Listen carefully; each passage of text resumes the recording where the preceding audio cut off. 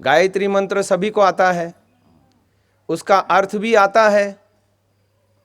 अच्छा, गायत्री मंत्र का अर्थ कितने लोग जानते हैं? हाथ खड़ा करें। ठीक है, अब मैं उसका आपको विशेष अर्थ बताता हूं। गायत्री मंत्र जो यजुर्वेद में आया है, उसकी शुरुआत होती है तत्सवितुर्वरेण्यम से। हम जो बोलते हैं भूर्भुवः स्वः, वहाँ नहीं है, तत्सवितुर्वरेण्यम से वहाँ शुरू होता है। और इसके 3 चरण हैं। तत्सवितुर्वरेण्यम पहला चरण, भर्गो देवस्य धीमहि दूसरा चरण, और धियो यो नः प्रचोदयात् तीसरा चरण। गायत्री मंत्र में 23 अक्षर हैं। गायत्री एक छंद है। जिस छंद में 24 अक्षर होते हैं उसको गायत्री मंत्र बोल सकते हैं। जो हम स्तुति प्रार्थना उपासना में विश्वानि देव शुरू करते हैं ना, पहला मंत्र, वो भी गायत्री मंत्र है। जो ऋग्वेद का पहला मंत्र है अग्निमीळे पुरोहितम, वो भी गायत्री मंत्र है, अर्थात वो गायत्री छंद में है। तो जो जो मंत्र में 24 अक्षर होते हैं उसे गायत्री छंद वाले मंत्र कहते हैं। तो प्रचलित जो गायत्री मंत्र है वो गुरु मंत्र है, क्योंकि वेदारंभ संस्कार में पहले ही दिन, हाँ ये मोबाइल का प्रयोग अभी बंद करें।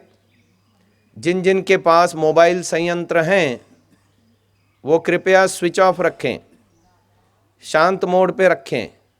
जब ईश्वर से मिलना होता है तो दुनिया से संपर्क तोड़ना पड़ता है। यदि आप दुनिया से संपर्क जोड़े रखना चाहते हैं तो आप ईश्वर से संपर्क नहीं जोड़ सकते। तो यहाँ कक्षा में, कम से कम ध्यान की कक्षा में ये प्रयास करें। आपके पास यदि मोबाइल संयंत्र हैं तो उनको साइलेंट मोड पे कर दें, क्योंकि यदि वो बज उठेगा, सब लोग ध्यान कर रहे हैं, प्रभु का ध्यान कर रहे हैं, और आपका मोबाइल यदि बज उठता है तो फिर औरों को उससे बाधा होती है, और उस बाधा से उनको जो दुख पहुंचा उतना पाप आपको लगता है। तो ऐसा काम नहीं करेंगे। मैं बता रहा था गायत्री मंत्र में 3 चरण हैं। पहला है तत्सवितुर्वरेण्यम, दूसरा है भर्गो देवस्य धीमहि, तीसरा चरण है धियो यो नः प्रचोदयात्। अब देखिए, उससे पहले 3 महाव्याहृतियां बोली जाती हैं, भू भुवः स्वः, और उससे भी पहले ओम बोला जाता है। तो ओम में भी 3 चरण हैं, अ, उ और म। इसमें 2 तो स्वर हैं और 1 व्यंजन है।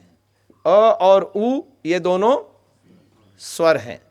स्वर की पहचान ये है कि जो स्वयं से स्वयं प्रकाशित हो सकते हैं, यानी दूसरे किसी का सहारा लिए बिना कोई भी वर्ण प्रकट हो सकता है, उसका नाम है स्वर। और जिसको स्वरों का सहयोग लिए बिना जो प्रकट नहीं हो सकते उसको कहते हैं व्यंजन। व्यंजनों को प्रकट होने के लिए स्वर का आसरा चाहिए। स्वयं राजन्ते इति स्वराः सूत्र है, और अन्वक भवति इति व्यंजनम, ये व्यंजन का सूत्र है। तो आप किसी भी व्यंजन को लो, क को लो, अब क में अ छिपा हुआ है, बाद में वो अ को हटा दो तो केवल क का उच्चारण नहीं होगा, या पहले स्वर लगा दो अक, ऐसा हो सकेगा, या क बाद में अ लगा दिया आपने। तो व्यंजनों की ये पहचान है। अब इसमें ओम में 1 व्यंजन है और 1 स्वर है। तो व्यंजन स्वतः प्रकट नहीं होते। ऐसे ही हमारे अस्तित्व के भी 3 भाग हैं महानुभाव। एक भाग जो हमारा स्थूल है, जो दिखता है शरीर हमारा, एक भाग है हमारा सूक्ष्म अस्तित्व, और ये दोनों के दोनों अस्तित्व व्यक्त अस्तित्व कहते हैं। व्यक्त माने सृष्टि परमात्मा जब बनाता है तो प्रकृति सत्वर स्तंभ से ये सारा संसार सूक्ष्म और स्थूल के रूप में अभिव्यक्त करता है, व्यक्त करता है। तो हमारे 2 अस्तित्व जो हैं व्यक्त हैं। अ जो है हमारे स्थूल अस्तित्व को रिप्रेजेंट करता है, प्रतिनिधित्व करता है, और उ जो है ओम में वो हमारे सूक्ष्म अस्तित्व को रिप्रेजेंट करता है, जिसमें हमारा मन है, बुद्धि है, चित्त है, अहंकार है। ये अंतःकरण चतुष्टय हो गया और 10 इंद्रियां हो गई। 5 ज्ञानेंद्रियां, 5 कर्मेंद्रियां, ये हमारा सूक्ष्म अस्तित्व है, उसको ऊ जो है वो रिप्रेजेंट करता है। और जो म है, जो अव्यक्त है, म व्यंजन है ना, बिना स्वर के व्यक्त नहीं होता ना, ऐसे ही म जो है वो अव्यक्त है, वो कारण अस्तित्व को रिप्रेजेंट करता है। और कारण अस्तित्व में 3 अनादि पदार्थ हैं जो महर्षि दयानंद जी ने हमें त्रैतवाद का सिद्धांत दिया, ईश्वर, जीवात्मा, प्रकृति। ईश्वर, जीवात्मा, प्रकृति, ये तीनों चीजें अव्यक्त हैं, तो ये मकार से अभिव्यक्त होते हैं। अब आगे चलिए, अ का संबंध भू से है और अ और भू का संबंध तत्सवितुर्वरेण्यम से है, गायत्री का पहला चरण। ऊ का संबंध भुवः से है और इन दोनों का संबंध गायत्री का अगला चरण है भर्गो देवस्य धीमहि से है। और मकार का संबंध स्वः से है और फिर इन दोनों का संबंध तीसरा जो चरण है धियो यो नः प्रचोदयात् से है। कैसे है इसको संक्षेप में बताऊंगा, फिर साधना कराऊंगा। तत्सवितुर्वरेण्यम पहला चरण है गायत्री का, और जैसा मैंने कहा अ का संबंध स्थूल जगत से है। परमात्मा ने ये जो सृष्टि बनाई है, इसीलिए परमात्मा का नाम सविता है। सविता नाम ईश्वर का इसलिए है क्योंकि वो सृष्टि की रचना करता है। तो परमात्मा ने क्या अपने में से सृष्टि को बनाया या अलग से वर्तमान प्रकृति से सृष्टि को बनाया? प्रकृति से बनाया। जैसे आटे से रोटी बनती है ना, क्या परमात्मा ने अपने अंदर से मटेरियल निकाल करके ये संसार बनाया या अलग से आटा पहले से तैयार था और फिर ये सृष्टि रूपी रोटी बनाई? आटा पहले से तैयार था, प्रकृति रूपी, है ना। तो प्रकृति में तो 3 गुण हैं, सत्व भी है, रज भी है, तम भी है। सत्व उत्तमता को बताता है, रज एवरेज मध्यम है और तमोगुण निकृष्ट है। अब आप देखिए, ईश्वर ने ये सृष्टि रची है और इसमें तीनों चीजें हैं, सात्विकता भी है, राजसिकता भी है, तामसिकता भी है। तो सविता परमात्मा ने तीनों चीजें रची हैं। उसकी मर्जी होती तो सब कुछ अच्छा ही अच्छा रचता, परंतु वो जो पहले से डिफॉल्ट में आ रहा है ना, रजोगुण तमोगुण, इसलिए अब हमारा कर्तव्य क्या है? हमको जीवात्मा को परमात्मा ने इस मनुष्य जीवन में, मनुष्य से इतर किसी भी जीवन में चयन हक नहीं है, चॉइस नहीं है। हमको चॉइस है, हमारे पास कर्म स्वातंत्र्य है। ये कर्म स्वातंत्र्य मनुष्य के अलावा और किसी प्राणी में, तो वरेण्यम शब्द आ रहा है, तत्सवितुर व्री वर्णे धातु से वरेण्यम शब्द बना, यानी चुनना। एक कवि ने बहुत सुंदर लिखा, जगत है सतरज तम रचा, तू तो है रे चैतन्यता, चयन है तेरा हक बड़ा, तू सत ही सत ले रे उठा, तू सत ही सत ले रे उठा। हमारे पास चयन स्वातंत्र्य है, हम देखने में सत, सुनने में सत, खाने में सत, पहनने ओढ़ने में सत, लेन देन में सत, विचार में सत, हर कहीं सात्विक हो सकते हैं, परंतु हम होते नहीं हैं। क्यों? क्योंकि रजोगुण और तमोगुण को उभार लेते हैं, वही राग, वही द्वेष, वही ईर्ष्या, वही मोह, वही अज्ञान और वही भ्रांतियां। उसके कारण से हम सत्व गुण से नीचे उतर आते हैं, एवरेज लोगों के उसमें लिस्ट में अपना नाम लिखाते हैं, और कुछ लोग तो और भी घटिया स्थिति में आ जाते हैं, तामसिक अवस्था में आ जाते हैं, और जो है ना अपने जीवन को नष्ट भ्रष्ट करते हैं।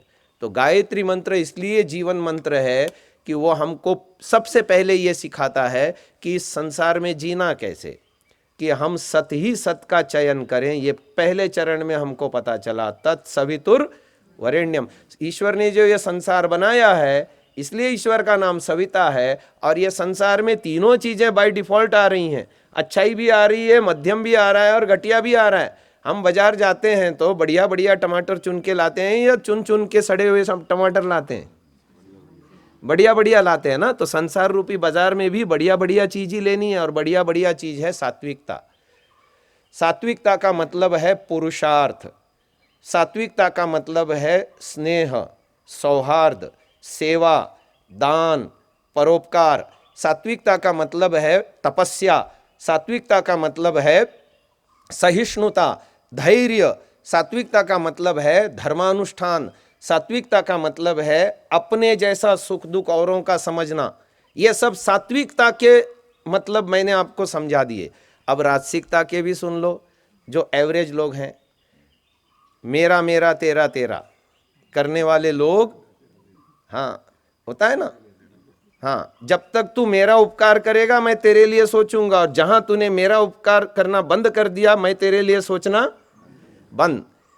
मेरा भला हो, मेरे परिवार का भला हो, पड़ोसी राष्ट्र समाज जाए भाड़ में, ये राजसिकता के लोगों के। और चमक दमक, फैशन और चंचलता, अधीरता और इंद्रियों लोलुप होकर के जीवन जीना, पांचों इंद्रियों का गुलाम, ये सब राजसिकता के लक्षण है ना।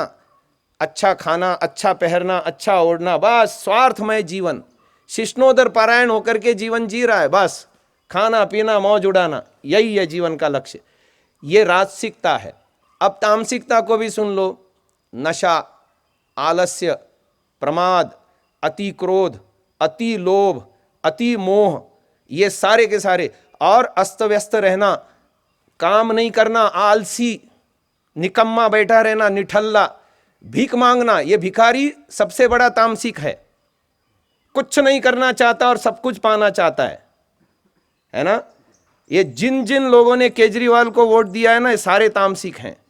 फ्री के चक्कर में सारे तामसिक हैं। फ्री के चक्कर में जिन्होंने हाँ, ये सारे तामसिक हैं।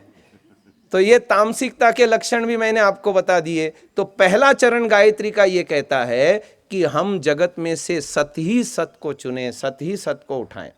दूसरा चरण भर्गो देवस्य धीमहि। भर्ग शब्द का अर्थ ऋषि दयानंद ने किया है ईश्वर का क्लेश नाशक तेज। और क्लेश 5 होते हैं, बोलिए। अविद्या, अस्मिता, राग, द्वेष, अभिनिवेश। तो ये 5 क्लेश होते हैं। ये 5 क्लेश हमारे अंदर रहते हैं। राग, द्वेष, अविद्या, ये सब अंदर हैं। बुद्धि को और आत्मा को अलग अलग न समझना, इसको अस्मिता क्लेश कहते हैं। दर्शन शक्ति है आत्मा, और दिखाने वाली शक्ति है बुद्धि या मन या चित्त कह लो। दृक् शक्ति और दर्शन शक्ति, इन दोनों का मिला जुला रूप देखना, ये बिना साधना के इसकी पृथकता समझ में नहीं आती, तब तक ये अस्मिता क्लेश है। तो ये सारे क्लेशों को शमन करता है ईश्वर। ईश्वर हमारे क्लेशों को दूर करता है। ऐसे क्लेश नाशक ईश्वर का हम ध्यान करते हैं आत्मा में। ये हो गया भर्गो देवस्य धीमहि। अब तीसरा चरण है धियो यो नः। अच्छा, मैं आपको बताता हूं, सांख्य दर्शन में बहुत सारे प्रसंग उठाए। क्या इससे बंधन होता है, इससे बंधन होता है, इससे बंधन होता है, एक एक स्थिति का निराकरण करते हुए अंत में बताते हैं कि अज्ञान से बंधन होता है और ज्ञान से मुक्ति होती है। तो न्याय दर्शनकार कहता है बुद्धि और ज्ञान ये दोनों पर्यायवाची हैं। न्याय दर्शन का सूत्र ही है कि उसने ज्ञान को और बुद्धि को दोनों को पर्यायवाची माना है। तो धी माने बुद्धि। हे परमात्मा, मेरी बुद्धि को सन्मार्ग में प्रेरित करो। प्रचोदयात च्युद प्रेरणे, प्रपूर्वक च्युद प्रेरणे धातु से प्रचोदयात शब्द बना है। मोटिवेट करो मेरी बुद्धि, मैं ज्ञान से। अच्छा, सारी अच्छाइयां हैं ईश्वर में, तो ईश्वर को पकड़ लो ना, सारी अच्छाइयां आ जाएंगी। जैसे सांखल होती है ना, सांखल चैन, चैन की एक कड़ी उठाओ पूरी चैन उड़ जाती है ना। और इसलिए विश्वानि देव सवितर दुरितानि में दुरितानि तो बहुवचन में कह दिया, लेकिन भद्रम को एक वचन में कह दिया, क्योंकि भद्रों का भद्र है ईश्वर। अब ईश्वर को अपनी बुद्धि में पकड़ लो, ईश्वर को अपने बुद्धि में स्थान दो, ईश्वर को अपने ज्ञान में स्थान दो। और वैसे भी कहा गया है समाधि सिद्धि ही ईश्वर प्रणिधानात्। जो ईश्वर प्रणिधान करता है, दिन भर ईश्वर को स्मरण रखता है, दिन भर ईश्वर की याद में ईश्वर की आज्ञाओं का पालन करता है, ऐसा व्यक्ति समाधिस्थ होता है। और इसका प्रमाण भी मिलता है दर्शनों में। शय्यासनस्थो अथ पथिव्रजन वा स्वस्थः परीक्षीण वितर्क जालः संसार बीज क्षयमीक्षमाणः स्यान् नित्य मुक्तो अमृत भोग भागी। वो चलता हो, सो रहा हो, बातचीत करता हो, कुछ भी करता हो, वो अपने अंदर स्वस्थ अपने आत्मा में स्थित होकर के परमात्मा का नित्य आनंद भोगता है। ऐसे ऐसे प्रमाण आते हैं शास्त्रों में। तो महानुभावों, ये गायत्री मंत्र जीवन मंत्र है और इसको समझना चाहिए। तत्सवितुर्वरेण्यम, संसार में हम सत ही सत का वर्ण करें। भर्गो देवस्य धीमहि, हम साधनाएं करके अपने अंतःकरण को निर्मल करें ताकि हमारे क्लेश शमन हो और ईश्वर का साक्षात्कार हमको अंदर हो जाए। और धियो यो नः प्रचोदयात्, उस ईश्वर को हम दिन भर पकड़े रहें। योगी जो है ना, सुबह उठते ही ईश्वर में आंख खोलता है और ईश्वर को एक क्षण के लिए भी नहीं छोड़ता। जब तक सोता है तब तक जो है ना ईश्वर को पकड़े रखता है। ये धियो यो नः प्रचोदयात् का अर्थ मैंने आपको बता दिया।